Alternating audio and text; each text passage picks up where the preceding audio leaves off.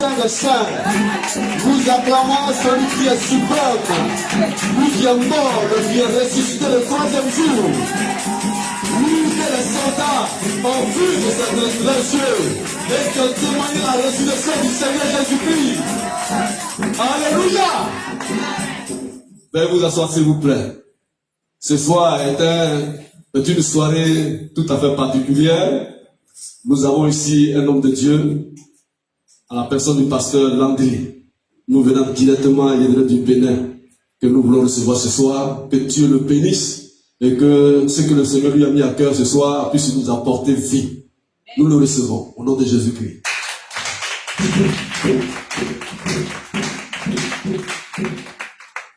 Amen. Amen. Je vous salue au nom du Seigneur. Que le nom de Dieu soit célébré, soit exalté pour tout ce que Dieu fait. Alors nous prions. Seigneur notre Père et notre Dieu, nous te bénissons et te rendons grâce. Selon qu'il est écrit que l'homme ne vivra pas de pain seulement, mais de toute parole qui sortira de ta bouche. Et ce soir, nous croyons que tu as pour nous des paroles de la vie. Amen. Pierre pouvait dire, à qui irions-nous? Tu as les paroles de la vie. Amen. Ce soir, tu as pour nous des paroles de la vie. C'est pourquoi nous sommes là et nous voulons nous disposer, nous laisser entre les mains du Saint-Esprit afin que les paroles de la vie nous soient communiquées. À toi la gloire, l'honneur, la louange, la puissance et la magnificence. C'est au nom de Jésus-Christ de Nazareth que nous avons prié. Amen. Amen. Amen. Alors, nous bénissons Dieu pour donc sa grâce et sa fidélité. Le mardi, nous avons commencé un enseignement sur le thème la voix de Dieu. Nous avons vu que quand Adam et Ève ont péché, ils ont entendu la voix de Dieu et ils se sont cachés. Job nous dit que Dieu parle tantôt d'une manière, tantôt d'une autre.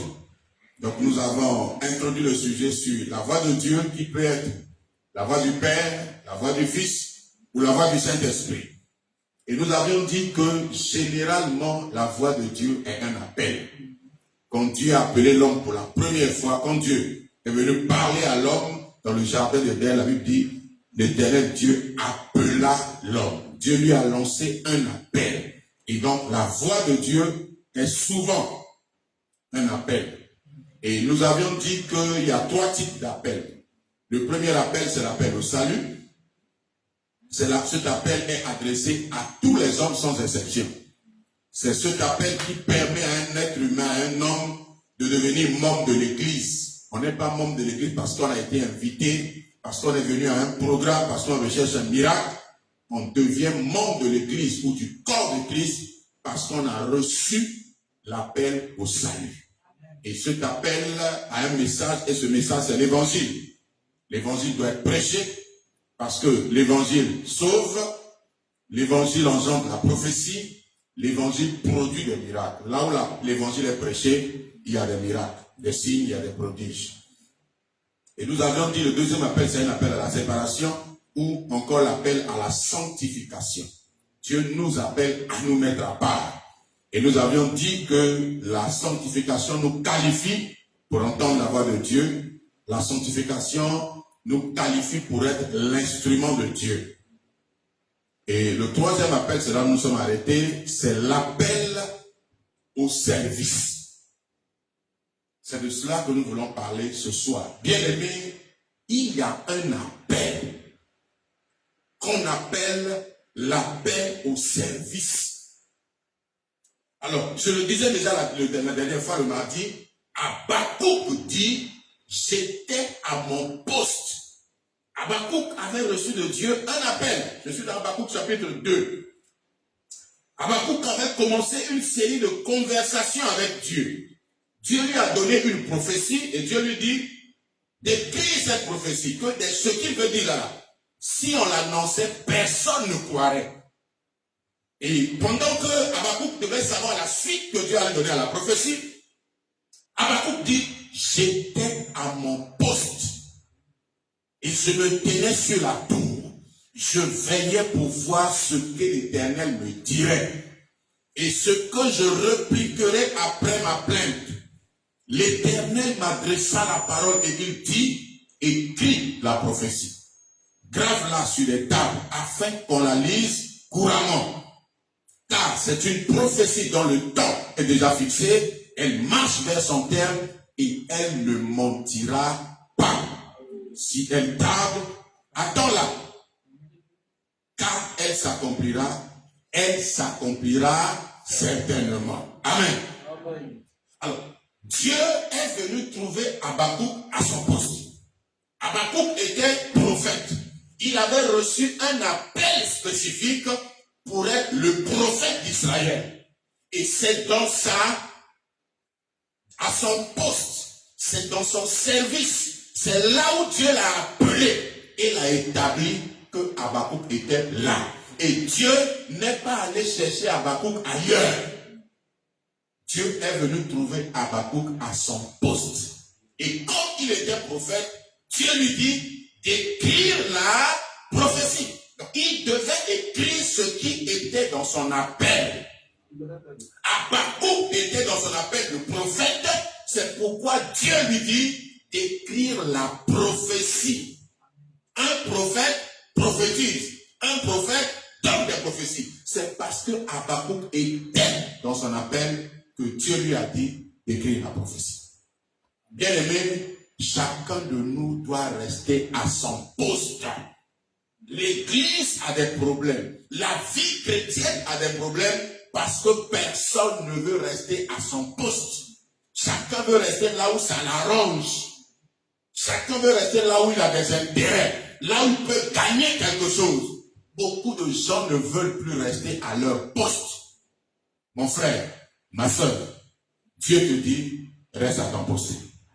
Dieu te dit, reste dans ton appel. Si Dieu t'a appelé à quelque chose, reste cramponné à ce pourquoi Dieu t'a appelé. Bien-aimé, Dieu ne peut bénir un homme que quand il est dans son appel. Dieu ne peut élever un homme que quand il est dans son appel. Lorsque nous quittons notre appel, Dieu ne peut plus nous bénir.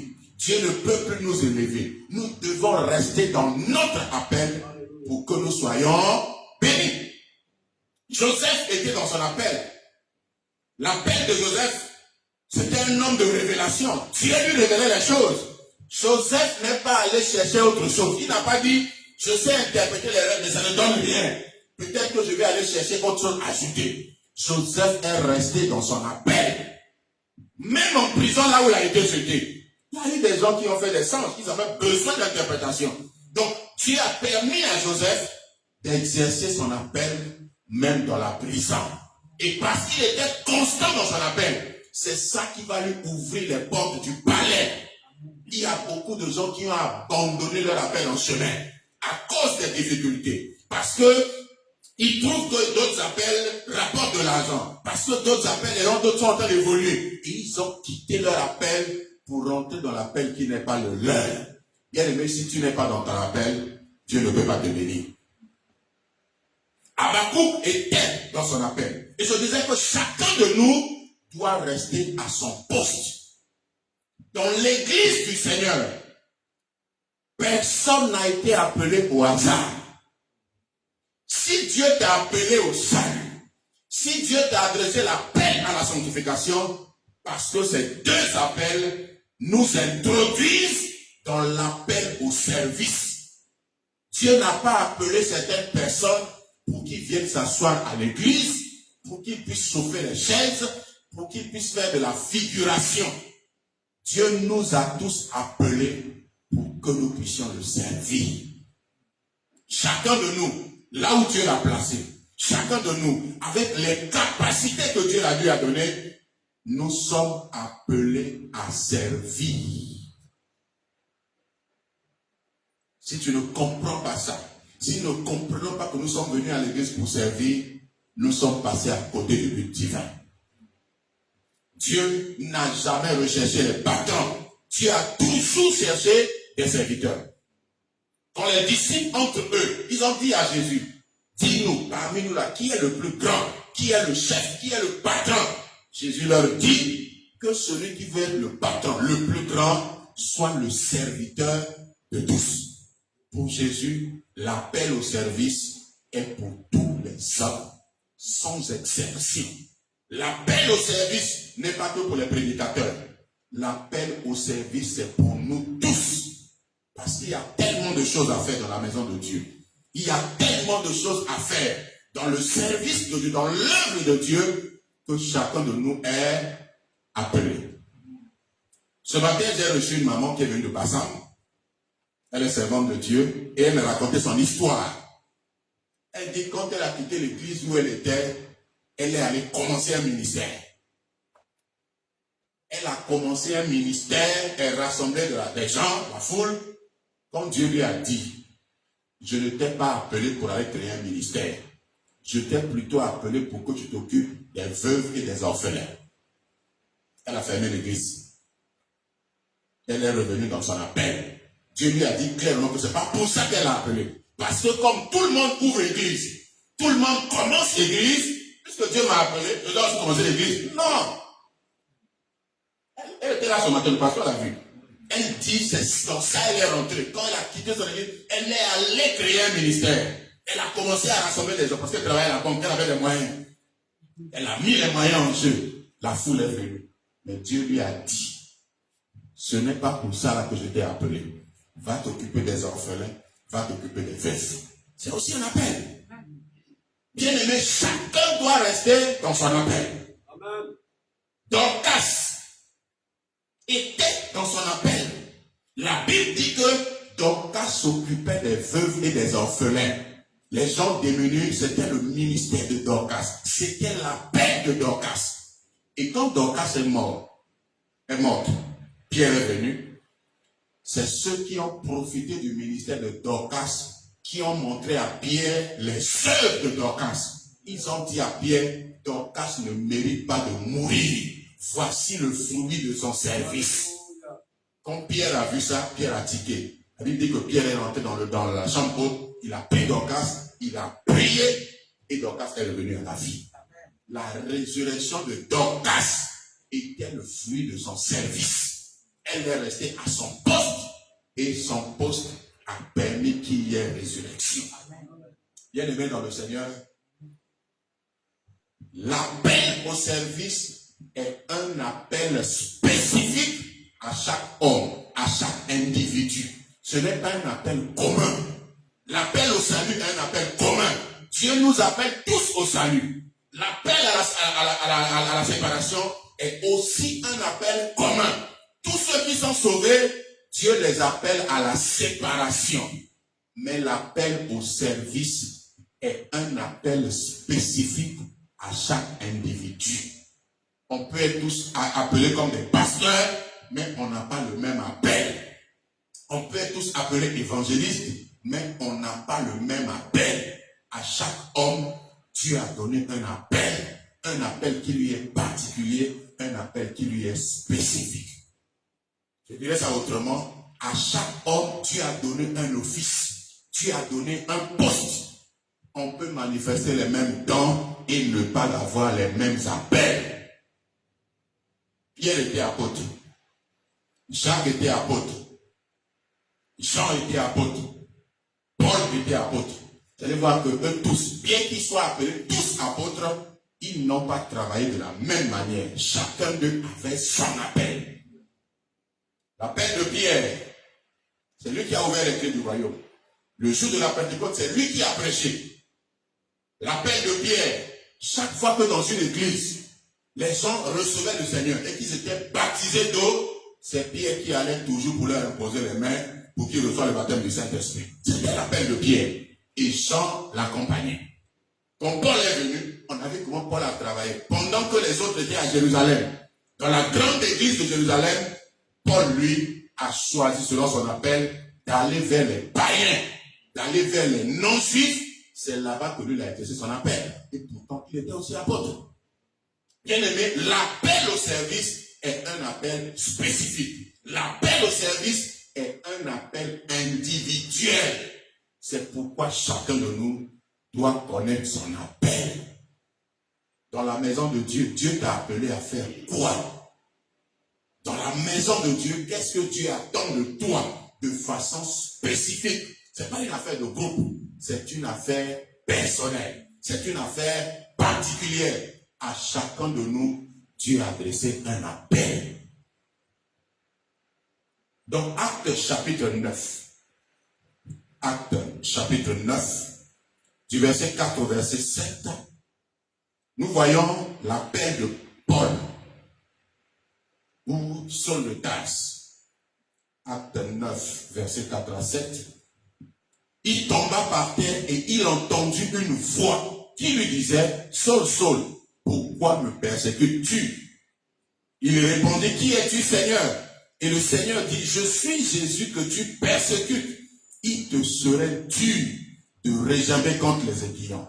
Tremblant et saisi de froid, il dit, Seigneur, que veux-tu que je fasse? Et le Seigneur lui dit, lève-toi, entre dans la ville et on te dira ce que tu dois faire. Quelqu'un avec moi? Amen. Saul de Tarse a entendu la voix du Seigneur. La voix lui a dit, Saul, Saul, pourquoi me persécutes-tu? L'appel que Saul a entendu était à la fois l'appel au salut, était à la fois l'appel à la sanctification et était à la fois l'appel au service. Vous allez voir qu'à partir de là, 1, Saul de Tarse sera sauvé. 2, il va se mettre à part la séparation. Et 3, il va devenir serviteur de Dieu. Mais Saul dit à Jésus, qu'est-ce que je dois faire? Tu m'as appelé, oui, mais tu m'as appelé à faire quoi? C'est la question que beaucoup de gens n'ont jamais posée à Dieu. Le problème que nous avons est qu'il y a des gens qui sont appelés, mais ils ne savent pas pourquoi est-ce que Dieu les a appelés. Il y a des gens qui sont appelés, mais ils n'ont pas pris le temps de s'asseoir avec le Seigneur et de dire au Seigneur, tu m'as appelé, oui, mais tu m'as appelé à faire quoi? Dieu n'appelle pas quelqu'un au hasard. Chaque fois que Dieu appelle un homme, il y a toujours une mission qui accompagne son appel. Et si vous êtes prédicateur, Dieu vous appelle à prêcher, votre message doit être fonction de votre mission. Jean-Baptiste avait pour mission de préparer le peuple afin que le peuple puisse recevoir le Messie. C'est pourquoi le message de Jean-Baptiste était dans son appel. Il n'a pas prêché deux choses. Répondez-vous, car le royaume des cieux est proche. C'était le message qui était lié à sa mission. Il devrait préparer le peuple pour qu'on puisse recevoir le Messie. Si nous prenons Moïse, Dieu a appelé Moïse, Exode 3. Je nous cite les passages pour qu'on puisse aller vite. Exode chapitre 3. Quand Moïse se retrouve sur la montagne de Dieu à Horeb, Dieu l'appelle. Il lui dit, je t'enverrai vers Pharaon. Donc Dieu l'appelle pour une mission. La mission de Moïse, c'est d'aller vers Pharaon pour sortir le peuple d'Israël de l'Égypte et de les conduire vers Canaan. L'appel de Moïse était clair. Moïse ne tâtonnait pas. Moïse n'est pas allé chercher à devenir riche en Égypte. Il n'a pas cherché à bâtir des maisons en Égypte. Moïse savait que son appel était de sortir le peuple pour l'amener vers la terre promise. C'est pourquoi pendant la vie de Moïse, pendant le ministère de Moïse, il s'est évertué à préparer Israël pour qu'il puisse sortir de l'Égypte. C'était son appel. L'appel d'Aaron n'était pas l'appel à sortir le peuple de l'esclavage de l'Égypte, mais l'appel d'Aaron était d'être le porte-parole de Moïse. Moïse ne savait pas parler, il a dit à Dieu, je ne sais pas parler. Dieu dit, voilà ton frère Aaron, il sera ton prophète, ton interprète. Pour Pharaon, tu seras comme Dieu, tu vas parler et Aaron va traduire. Chacun d'eux avait son appel. Moïse avait son appel qui était spécifique. Aaron avait son appel qui était spécifique. Marie, leur sœur, avait aussi son appel qui était spécifique. Bien aimé, à chacun de nous, Dieu a lancé un appel et cet appel est spécifique. Si tu ne comprends pas pourquoi Dieu t'a appelé, tu seras dans la confusion. Si tu ne comprends pas pourquoi Dieu t'a appelé, tu vas aller combattre d'autres personnes dans leur appel. Tu vas quitter ton couloir pour aller courir dans le couloir de quelqu'un d'autre. L'appel, c'est comme une course, un marathon. C'est comme une course. Vous voyez, au stade, on a délimité, il y a des lignes. Chacun a son couloir dans lequel il doit courir. Si tu ne connais pas ce pourquoi Dieu t'a appelé, tu vas quitter ton couloir. Tu vas rentrer dans le couloir des autres personnes et on va te disqualifier. La règle dans la course est que chacun doit courir dans son couloir. Si tu sors de ton couloir et tu rentres dans le couloir de quelqu'un d'autre, on va te disqualifier. Tu n'es plus propre à continuer la course parce que tu as faussé les yeux. Tu as entravé les règles. On te met à côté, tu as perdu. Bien-aimés, restons chacun de notre couloir. Restons chacun de notre appel. Si Dieu t'a appelé à prêcher, gloire à Dieu. Dieu t'a appelé à essuyer les chaises, gloire à Dieu. Dieu t'a appelé à balayer l'église, gloire à Dieu. Dieu t'a appelé à jouer tam-tam, gloire à Dieu. Si Dieu t'appelle à quelque chose, reste dans ce pourquoi Dieu t'a appelé. Gédéon, justice. Quand Dieu est venu vers lui, quand l'ange de l'Éternel est allé vers Gédéon, il lui a dit clairement quelle était sa mission. Ça, je veux que nous le lisions. Parce que c'est très important. À chaque appel, il y a une mission. Si tu ne connais pas ton appel, tu vas tourner en rond. Tu vas perdre du temps. Tu vas perdre de l'énergie. Tu vas jeûner, prier pour des choses pour lesquelles tu ne devais pas jeûner et prier. Parce que tu ne sais pas pourquoi est-ce que Dieu t'a appelé. Juge chapitre 6, verset 11. Puis vint l'ange de l'Éternel. Et il s'assit sur le téléphone d'Ophra qui appartenait à Bézère. Gédéon, son fils, battait du froment. L'ange de l'Éternel lui apparut et lui dit, l'Éternel est avec toi, vaillant héros. Gédéon lui dit, ah mon Seigneur, si l'Éternel est avec nous, pourquoi toutes ces choses nous arrivent-ils? Verset 14. L'Éternel se tourna vers lui et dit, va avec la force que tu as et délivre Israël de la main de Madian. Amen. Amen. Donc, quand Dieu appelle Gédéon, Gédéon sait pourquoi Dieu l'a appelé. Dieu l'a appelé pour faire quoi? Pour délivrer Israël de la main de Madian. Il connaît son appel. Il n'est pas allé faire beaucoup de choses. Il est resté dans son appel. Quand Jésus est venu, dans Luc 4, après sa sortie du désert, la Bible dit que Jésus est allé dans le temple. Il a pris le livre, le rouleau, le prophète Isaïe. Il dit, l'Esprit du Seigneur l'Éternel est sur moi, parce qu'il m'a oint pour annoncer une bonne nouvelle aux pauvres, proclamer aux captifs la délivrance, rendre libres les opprimés, publier une année de grâce du Seigneur. Il leur dit, cette parole est accomplie aujourd'hui. Jésus est venu ainsi nous donner son cahier de charge. Ce pourquoi Dieu l'a appelé, ce pourquoi il est venu, c'est pour sauver le monde. Et en sauvant le monde, voilà les choses qu'il va faire. C'est pourquoi pendant la vie de Jésus, il allait de lieu en lieu, ville en ville, village en village. Il prêchait la bonne nouvelle. Parce que c'est pour ça que Dieu l'a appelé. Jean-Baptiste reconnaît son appel, il dit, je ne suis pas le Messie. Je vous ai dit que quelqu'un vient après moi. Donc Jean-Baptiste reconnaît ses limites et Jean-Baptiste reconnaît son appel qui est différent de l'appel de Jésus. Il n'est pas rentré dans le ministère de Jésus. Il n'est pas rentré dans l'appel de Jésus. Il est resté dans son appel. Il avait la foule venait à lui. Mais quand Jésus a commencé, la foule a commencé à aller vers Jésus. Les disciples lui ont dit, mais comment? L'homme que tu as baptisé, qui est venu avec rien, mais quand toi tu l'as baptisé, tout le monde va vers lui. Jean-Baptiste lui dit, oui, il faut qu'il croisse et que moi je diminue. Chacun de nous a son appel. C'est pas parce que l'autre rassemble 300 personnes, 1000 personnes, que nous tous on doit rassembler 1000 personnes. Son appel, gloire à Dieu. Si ton appel de rassembler 10 personnes, reste avec les 10 personnes et Dieu te bénira dans ça. Nous devons reconnaître chacun notre appel. Si chacun reconnaissait son appel, il n'y aura pas de combat dans les églises. Il n'y aura pas de la jalousie dans les églises. Parce que quand Dieu nous appelle, je le dirai tout à l'heure, il nous donne des dons. Pour travailler, pour accomplir notre appel, nous avons besoin des outils ou des instruments pour pouvoir le faire. C'est ça les dons. On ne doit pas jalouser le don que quelqu'un est en train de manifester. Si tu comprends que nous sommes tous membres du corps, chacun a reçu un don, et quand on met tous les dons ensemble en forme un corps, tu ne peux pas jalouser un frère ou une sœur qui manifeste un certain don. C'est son appel.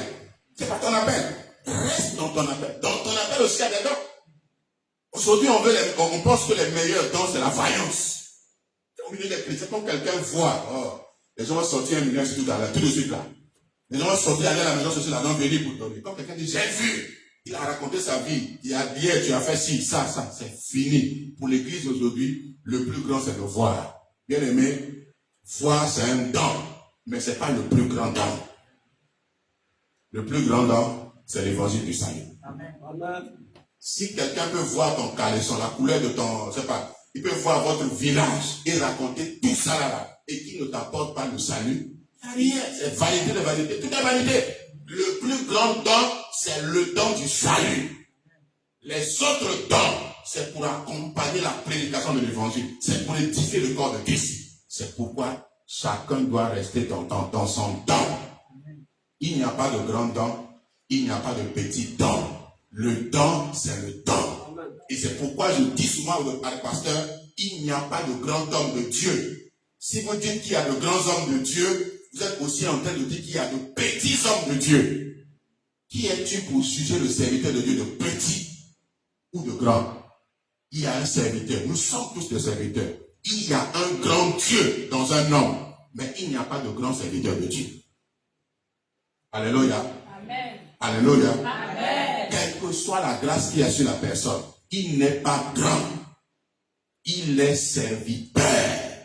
Le plus grand soit quoi? Le serviteur des autres, le serviteur de tous. Quel que soit ce que l'homme manifeste, quel que soit ce que l'homme de Dieu manifeste, il n'est pas un grand homme de Dieu. Il est un homme de Dieu. Il y a un grand Dieu qui opère à travers lui. Point. Et les gens veulent justifier ça en disant, Dieu a dit à Abraham, je rendrai ton nom grand. Oui, le nom d'Abraham est grand. Tout le monde parle de lui jusqu'aujourd'hui. Mais Abraham ne s'est pas levé devant les gens pour dire, je suis un grand homme. Jamais. Il ne s'est jamais levé pour le dire. C'est Dieu qui l'a dit, il rendra son nom grand. Mais Abraham était le serviteur de Dieu. Il servait Dieu. Bien-aimés, restons dans notre appel. Ne sois pas complexé. Ne sois pas complexé par le tintamarre, le bruit que tu entends. Ne sois pas complexé par... aujourd'hui, on ventile les choses. Aujourd'hui, on amplifie par l'amplification. Une petite chose, on met des trucs autour et on amplifie. Tout le monde dit, waouh, c'est extraordinaire. Bien-aimé, ne sois pas complexé par ça. Parfois, derrière le mirage qu'on voit là, il n'y a rien. Parfois, il n'y a rien.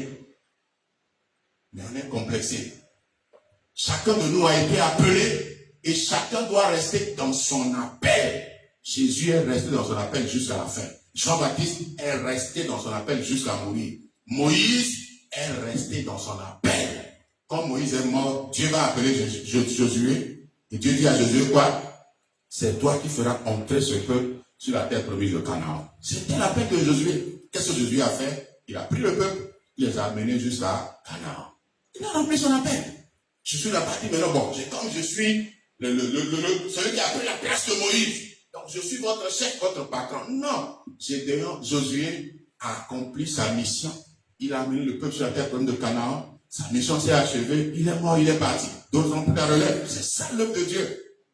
Bien aimé, l'appel au service, c'est un appel spécifique. C'est un appel individuel. Chacun de nous, tel que nous sommes, a reçu cet appel-là. Même les enfants qui sont avec nous, ils vont grandir, ils sentent quelque chose de Dieu que Dieu a déposé en eux. Et Dieu a fait cela pour qu'ils puissent le servir. Alléluia. Amen. Quelqu'un me suit? Amen. Donc chacun de nous, donc première chose, chacun de nous a son appel. L'appel de maman est différent de l'appel de la maman. Chacun de vous a son appel. Vous pouvez chanter ensemble. Vous pouvez être dans la même chorale, mais vos appels sont différents.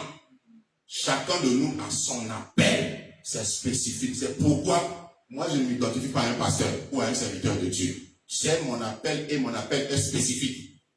Même ma manière de travailler, beaucoup de pasteurs ont du mal pendant des années à me comprendre. Je ne travaille pas comme les pasteurs classiques. J'ai été 8 ans, j'ai été pasteur pendant 8 ans. Quand Dieu m'a appelé pour autre chose, moi j'avais du mal à comprendre le schéma. Ma femme avait du mal à comprendre le schéma. Parce que quand Dieu m'a appelé, Dieu dit, je ne t'appelle pas comme la maman que j'ai dit tout à l'heure là. Pour aller créer l'église. Non, Dieu dit, je t'appelle pour un ministère spécifique. Au départ, je ne comprenais pas ça.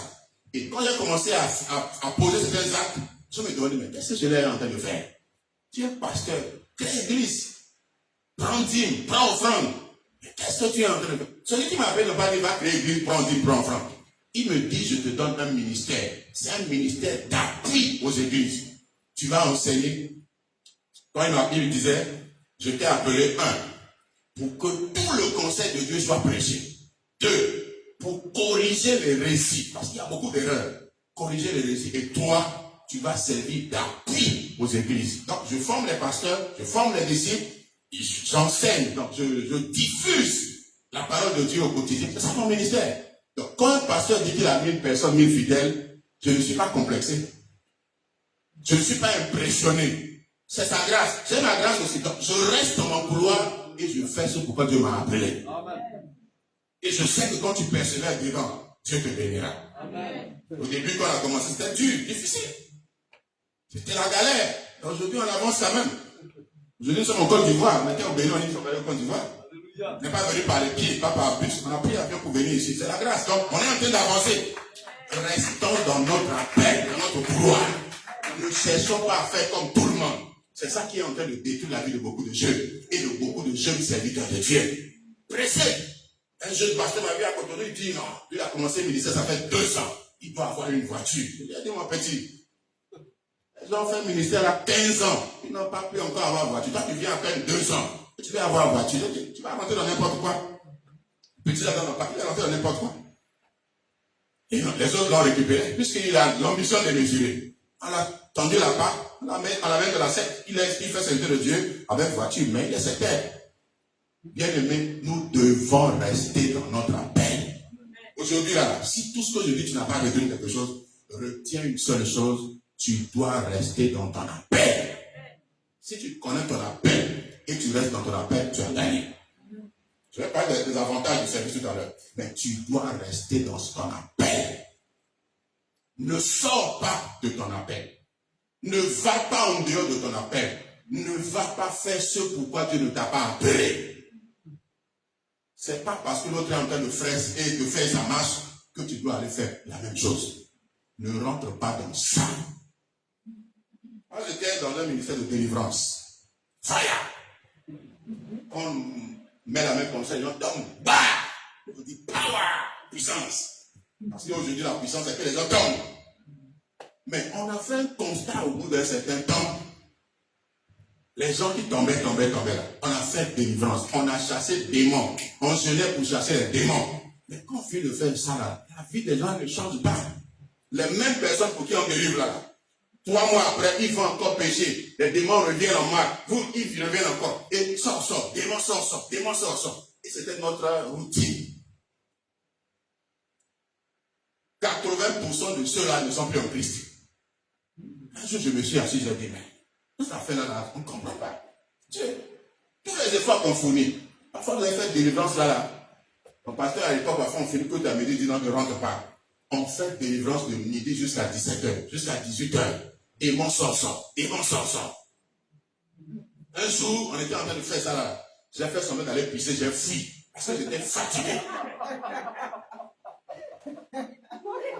Démon sort, c'était notre affaire. Démon sort, il part, il revient encore, et même il revient encore. Donc, notre travail, c'est démon sort. Un jour, je me suis dit à Dieu, cette affaire-là, je veux comprendre. Dieu dit, vous êtes passé à côté de l'essentiel. Le ministère n'est pas d'abord une affaire de don. Le don permet de faire le ministère. Mais le ministère est d'abord basé, fondé sur la parole de Dieu. Ceux à qui on dit démon sort. Si on ne prend pas le temps de les enseigner et de les avoir de la doctrine de Christ, ils seront toujours comme ça. Ils ramassent des démons, ils doivent venir vous donner le travail. Vous avez des démons sort. Vous allez vous fatiguer pour rien. Pour des gens qui finissent, ils vont encore aller pécher. Ils reviennent encore, vous allez faire ça toute votre vie. C'est un cycle. Vous ne vous en sortirez pas.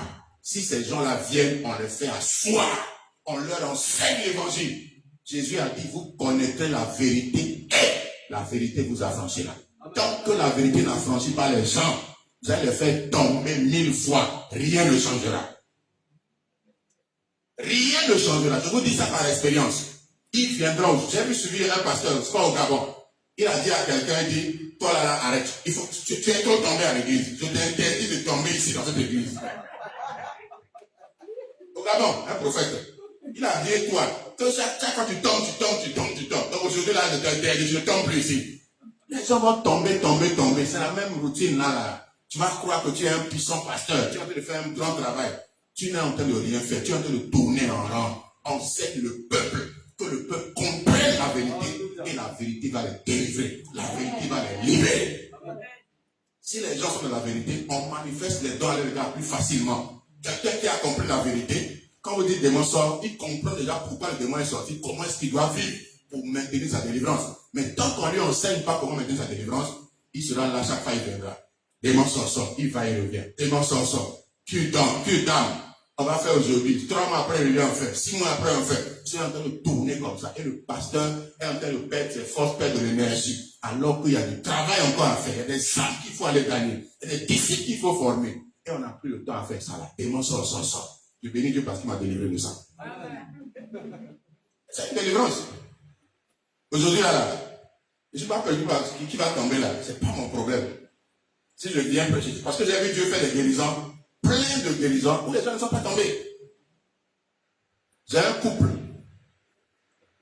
Au cours d'un séminaire comme ça, je priais, la dame était assise devant, et Dieu me dit, je suis en train de faire un travail dans les entrailles de cette femme. Elle n'est pas tombée. Dieu m'a dit, je suis en train de faire un travail dans ses entrailles. Après le culte, j'ai appelé ce mari pour dire, Dieu est en train de faire un travail dans les entrailles de cette femme. Je ne la connaissais pas, je ne savais pas qu'elle avait un problème d'enfant. Ce mari me confirme, oui, ils n'ont pas d'enfant. J'ai prié avec eux 2 ou 3 fois. La dame là est tombée enceinte, elle a fait des jumeaux, un garçon et une fille. Il n'y a pas eu son témoin, on n'a pas fait. La parole est sortie. La parole est sortie, la parole est allée faire ce pourquoi elle est sortie. Oui, enfant. J'ai vu, je ne peux pas si vous utilisez des témoignages à faire de sort, que quelqu'un tombe là. Ce n'est pas ça le plus important. Il y a des gens que Dieu veut délivrer, ils vont tomber. Mais tomber n'est pas la règle. C'est l'exception. La règle, c'est la parole. Il faut que la parole touche les gens. Il faut que la parole transforme les gens. Il faut que la parole vienne avant que le miracle se produise. Dans leur détresse, Psaume 107, verset 19 à 20. Dans leur détresse, ils prièrent à l'Éternel, qui les délivra de leur angoisse. Il envoya sa parole et les guérit.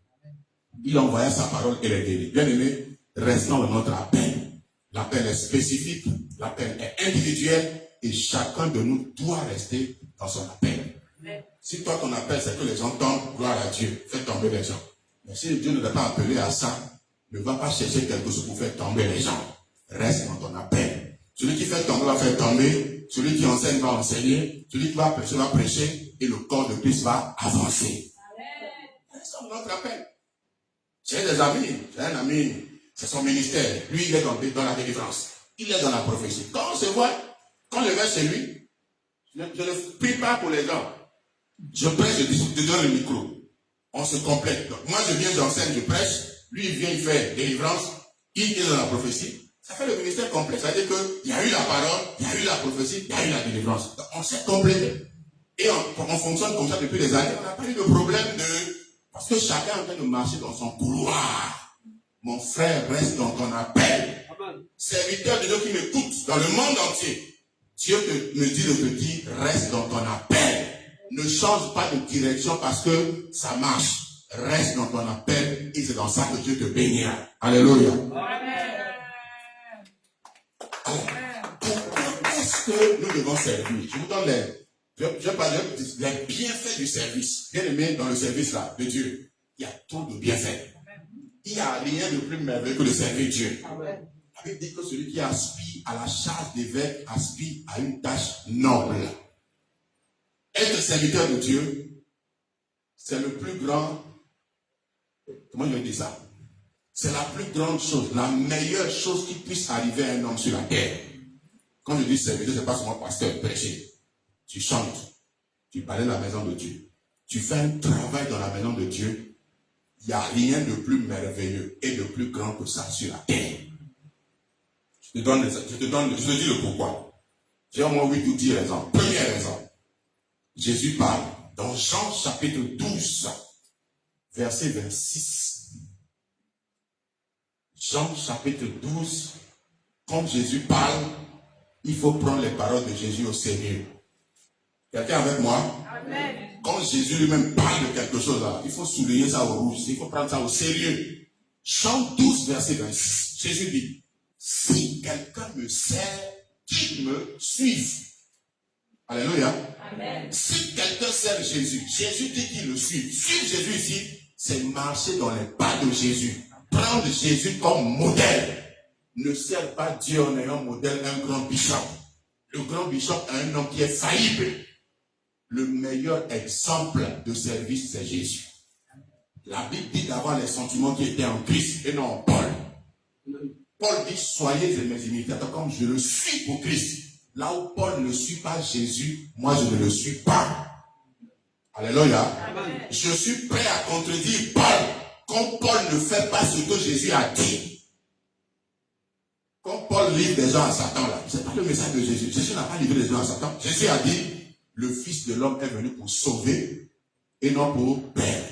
Paul dit, je livre des gens à Satan. Pas parce que Paul l'a fait, c'est écrit dans la Bible que je vais faire comme Paul. Non, je fais comme Jésus.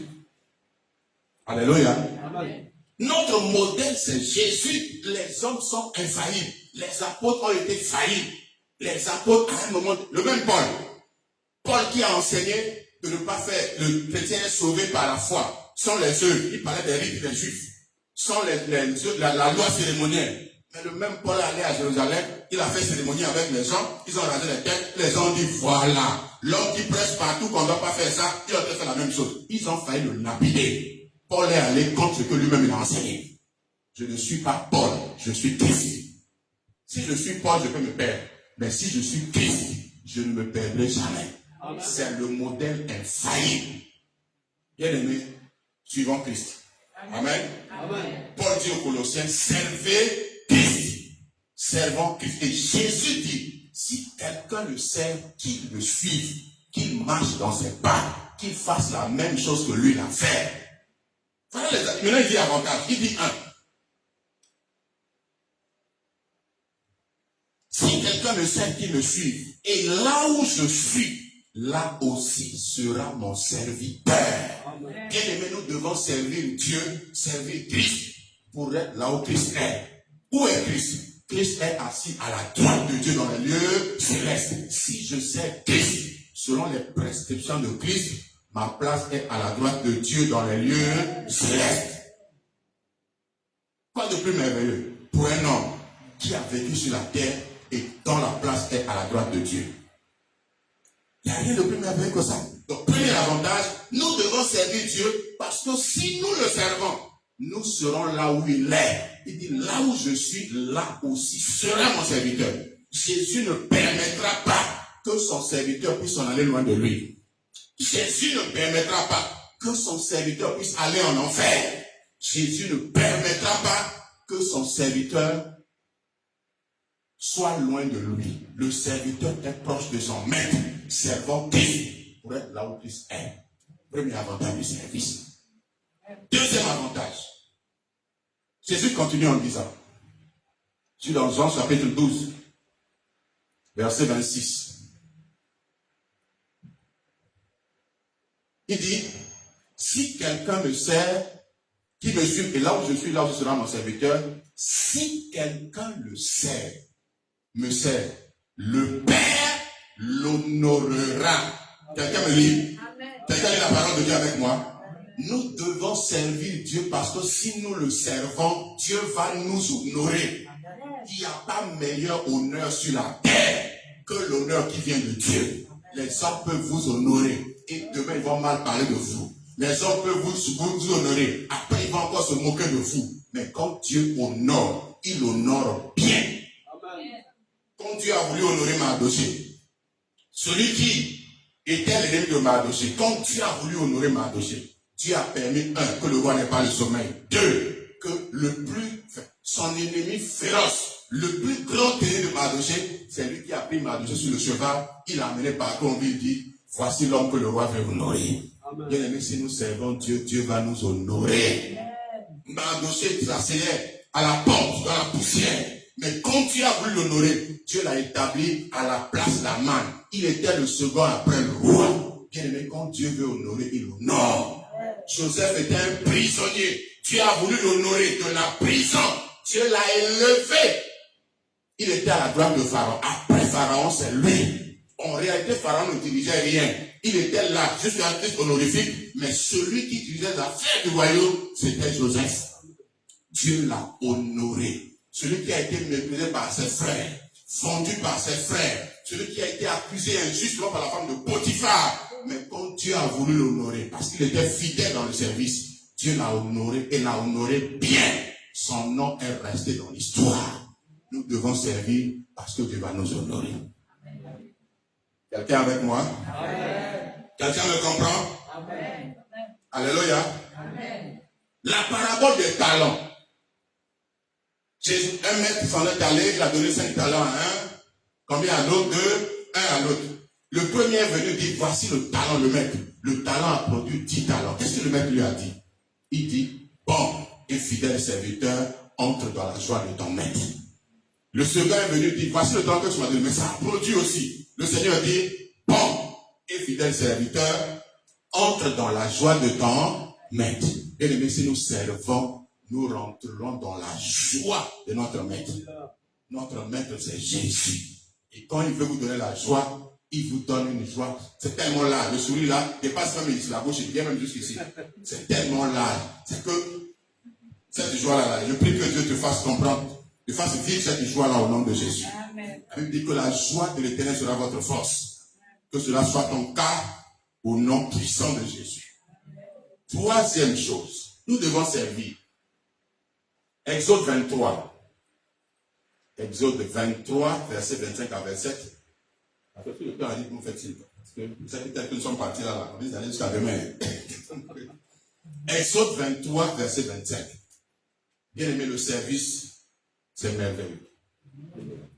Je ne sais pas s'il y a quelque chose sur cette terre qui peut m'arracher du service de Dieu. C'est tellement merveilleux. Dieu dit, Exode 23, verset 25 à 27. 1. Dieu dit quoi? Il dit, vous servirez l'Éternel votre Dieu et il bénira votre pain et vos eaux. Si nous servons Dieu, Dieu bénit notre pain. C'est ce qu'on appelle le pain. Bibliquement parlant, de notre Père, donne-nous aujourd'hui notre pain quotidien. Le pain, c'est la subsistance. C'est ce qui nous permet de vivre. Quand nous servons Dieu, Dieu bénit notre subsistance. Quand nous servons Dieu, vous êtes commerçant, Dieu bénit votre commerce. Quand vous servez Dieu, vous êtes, fonctionnaire, Dieu bénit votre travail. Quand vous servez Dieu, Dieu bénit l'œuvre de votre main. Ce que vous faites, aussi petite que soit la chose, Dieu bénit. Chrétien, servons Dieu. Il y a la bénédiction dans le service de Dieu. Beaucoup ont commencé à servir Dieu petit, dans le manquement, sans rien. Dieu les a bénis, Dieu les a élevés. Ils sont devenus grands. Bien-aimés, servons Dieu. Je dis encore, servons Dieu. Dieu nous donne l'exemple d'Abraham. Écoutez ce que Dieu dit d'Abraham. J'aime cette parole. Isaïe 51. Dieu lui-même parle. Quand Dieu lui parle de quelqu'un, c'est-à-dire que Dieu sait ce qu'il a fait. Dieu dit, Isaïe 51, verset 1 à 2. Il dit, verset 2, je lis le verset pour gagner du temps. Il dit, portez les regards sur Abraham, votre père. Qu'est-ce qu'on dit de faire? De porter, de regarder Abraham, c'est le modèle. Portez les regards sur Abraham, votre père, et sur Sarah qui vous a enfanté. Dieu dit d'Abraham, il dit, car lui seul. Quelqu'un avec moi? Amen. Dis avec moi, lui seul. Dieu ne les a pas appelés nombreux, il était seul. L'appel est spécifique. Dieu dit, car lui seul, je l'ai appelé. Je l'ai béni et multiplié. Quelqu'un avec moi? Amen. Je crois que tu allais dire Amen. Amen. Dieu dit, lui seul, je l'ai appelé lui seul.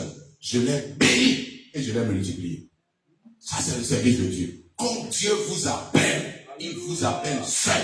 Et si vous êtes fidèle, Dieu vous bénit. et Dieu multiplie le fruit de votre service. Je prie et déclare qu'il en soit ainsi pour quelqu'un au nom de Jésus. Toi qui es appelé et qui sers Dieu de tout ton cœur, je déclare ce soir que Dieu te bénisse et que Dieu te multiplie à l'infini au nom de Jésus. Abraham, Dieu l'a appelé seul. L'autre l'a suivi. L'autre était un encombrement. Le nom l'autre signifie voile. Dieu a appelé Abraham. Abraham a pris colis, a pris bagage pour le suivre. Arrivé à un moment, l'autre est devenu un problème. Il fallait que le voile soit ôté pour que Abraham puisse rentrer dans sa bénédiction. Il fallait que Abraham se sépare de l'autre pour qu'il puisse rentrer dans sa bénédiction. Sinon l'autre allait dire, Dieu nous a appelés nous tous. Et il nous a bénis ensemble. Mais Dieu avait appelé Abraham. Il a béni Abraham et l'a multiplié. Nous devons servir Dieu parce que le service permet à Dieu de nous bénir. De bénir l'œuvre de nos mains. De bénir le fruit de nos entrailles. De bénir tout ce qui est autour de nous. Qu'il en soit ainsi pour quelqu'un au nom de Jésus. Je dis qu'il en soit encore ainsi pour quelqu'un au nom de Jésus. Quatrième chose. Je suis dans Exode 23 là toujours, verset 25. Vous servirez l'Éternel votre Dieu, il votre pain gozo. Et la Bible dit, et j'éloignerai la maladie du milieu de toi. Bien aimé, le service éloigne la maladie de nous. Le chrétien, celui qui sert Dieu, l'une des promesses qu'il a, c'est que Dieu éloignera la maladie du milieu de lui. Et la précision que Dieu donne ici, il dit, vous servirez l'Éternel votre Dieu et j'éloignerai. Il emploie le pronom personnel je pour montrer l'importance, le caractère sacré de ce que Dieu est en train de dire ici. Si nous servons Dieu, Dieu éloignera de nous la maladie.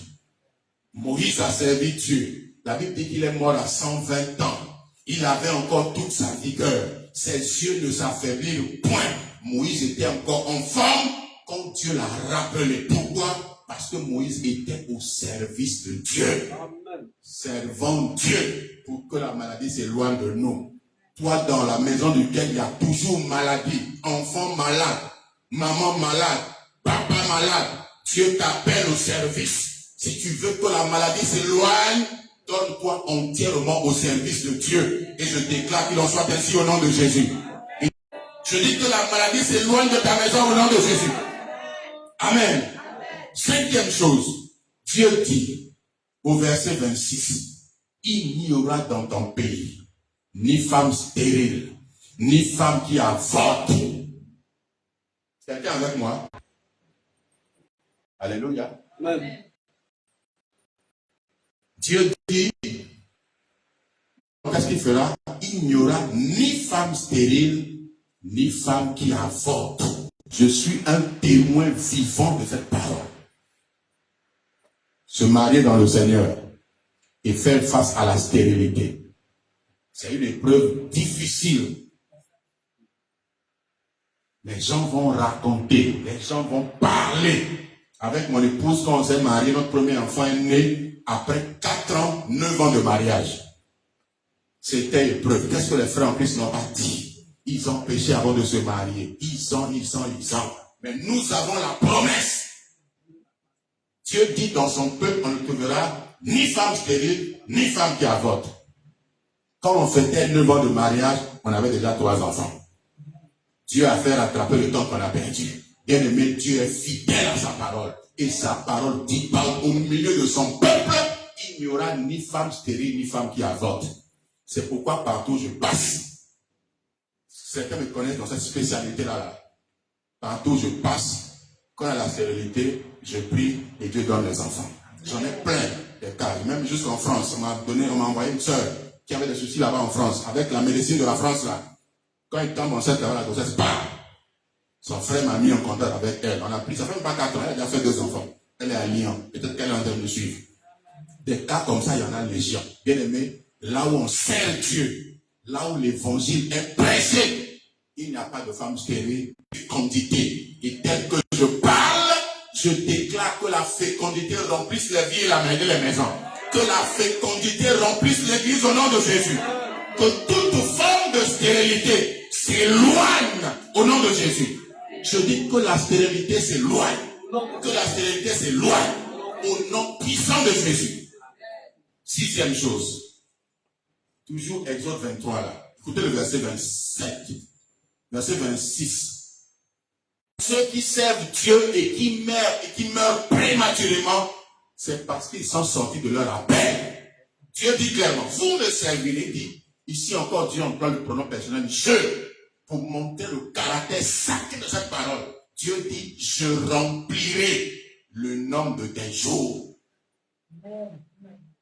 J'ai prié pour une dame un jour. Elle était venue à l'église. J'ai prié pour elle. Dieu l'a délivrée. Elle n'est pas tombée, mais Dieu l'a délivrée. La nuit, je dors et je vois un homme et une femme. Ils sont petits. Après, elles sont même de comme taille. Ils sont vieux. Vous ne pouvez rien contre moi. Bien-aimé, celui qui sert Dieu, Dieu a promis de remplir le nombre de ses jours. C'est pourquoi je sais que je ne vais pas mourir prématurément. Je vais mourir, j'aurai des cheveux blancs. Je vais mourir quand je serai fatigué, rassasié de jours. Parce que c'est ça la parole de Dieu. C'est ça la portion réservée aux serviteurs de Dieu. Tous ceux qui ont servi Dieu fidèlement, ils sont morts dans une vieillesse heureuse. C'est la parole. Servons Dieu. Je dis encore, servons. La voix de Dieu est un appel. L'appel au salut, l'appel à la séparation, ce sont des appels qui nous préparent pour l'appel au service. Et quand nous sommes au service, nous devons servir Dieu. Je finis en disant ceci, on ne sert pas Dieu avec ses propres moyens, mais on sert Dieu avec les moyens que Dieu a mis à notre disposition. Et ces moyens, c'est ça que nous appelons les dons. 1 Pierre, je finis avec ce passage. Lisez avec moi. 1 Pierre chapitre 4, versets 9 à 11. La Bible dit, exercez l'hospitalité les uns envers les autres sans murmure. Et ça se passe de tout commentaire. Je suis en Côte d'Ivoire, un pays de l'hospitalité. Depuis une semaine que je suis là, j'ai vu l'hospitalité. On m'entend parler. J'ai vécu ça ici. J'ai vécu ça en live. Que Dieu vous bénisse pour votre hospitalité. Que Dieu bénisse le pasteur Agou, le pasteur Noam, maman Agou et toute l'église pour votre hospitalité. Je suis là, on amène panier.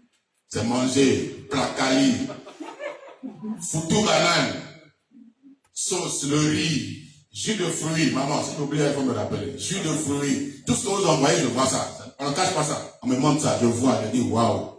Que Dieu bénisse la Côte d'Ivoire. Et que Dieu bénisse les mamans et les frères de l'église au nom de Jésus. Cette parole, vous l'avez déjà accomplie. Donc je passe à la parole suivante. Verset 10. Comme de bons dispensateurs des diverses grâces de Dieu, que chacun de vous mette au service des autres le don qu'il a reçu. Quelqu'un avec moi? Amen. Que chacun fasse quoi? Qu'il mette au service des autres le don qu'il nous a donné. Et nous devons le mettre au service des autres. Donc si Dieu nous appelle, nous devons servir les autres. Nous devons servir Dieu avec les dons que nous avons reçus. On ne garde pas les dons. On ne se vante pas des dons. On met les dons au service des autres.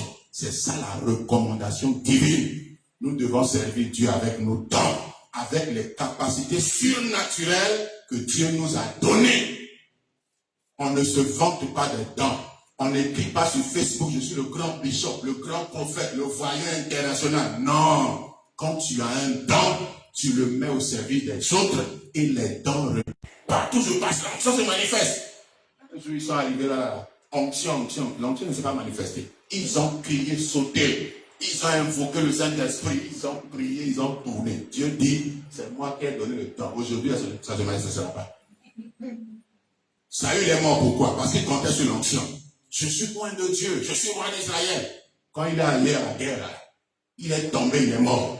Et David dit, pourquoi les héros sont-ils tombés? Il répond en disant, parce que l'huile a cessé de les joindre. Parce que l'onction a quitté. Il a compté sur l'onction l'a lâché et il est mort.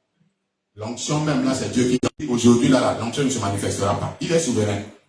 On ne peut pas obliger Dieu à ce que l'onction travaille. Il y a des jours où Dieu dit aujourd'hui là, il n'y a pas d'onction. Aujourd'hui là, la prie, prêche, bénir le peuple, fait terminer. Mais parfois on veut forcer la main. Il faut que les gens tombent. Il faut qu'il y ait quelque chose d'extraordinaire. Pour montrer qu'on est grand pasteur, grand bishop. Bien aimé, les dons là, c'est une grâce. Et quand on a reçu par grâce, on l'utilise avec humilité. On l'utilise en honorant Dieu parce qu'il peut reprendre son temps. Il peut reprendre sa grâce. Soyons humbles dans la grâce que Dieu nous a donnée. Servons Dieu en toute humilité. Servons Dieu avec les dons ou les capacités que Dieu nous a données. N'allons pas au-delà de nos capacités. Tu n'as pas la capacité de voir, l'histoire qui t'appelle voyant, prophète, grand prophète. Dieu t'a pas rendu capable de voir. Reste là où Dieu t'a appelé. N'impressionne pas. Restons dans ton pagaillard. Tu vas faire de moi un grand serviteur de Dieu. Bien, je suis tranquille, je suis dans mon appel. Je viens, j'enseigne. Et je sais que quand j'enseigne, la parole pénètre. La parole change des vies. La parole guérit. La parole fait des... Je suis convaincu de ça. Je n'ai pas besoin de faire gymnastique, faire du bruit, faire de... Je suis dans mon temps, je suis dans mon appel. Je reste dedans et je marche jusqu'à là où je vais aller. Avec Dieu, mais il s'est humilié lui-même en prenant la forme de serviteur. Le maître n'a pas été orgueilleux, le maître a été humble. Il avait toute l'onction, toute la puissance de Dieu, toute la plénitude de la divinité habitait en lui. Mais il était humble. Il a servi Dieu. C'est pourquoi Dieu lui a élevé souverainement et lui a donné le nom qui est au-dessus de tout nom. Il n'y a de grandeur que lorsque nous servons Dieu dans l'humilité. Il n'y a de grandeur que quand nous servons Dieu comme le maître l'a servi. Le maître était humble. Le maître a compris qu'il était venu pour servir. Rien que pour servir. Gloire à Dieu.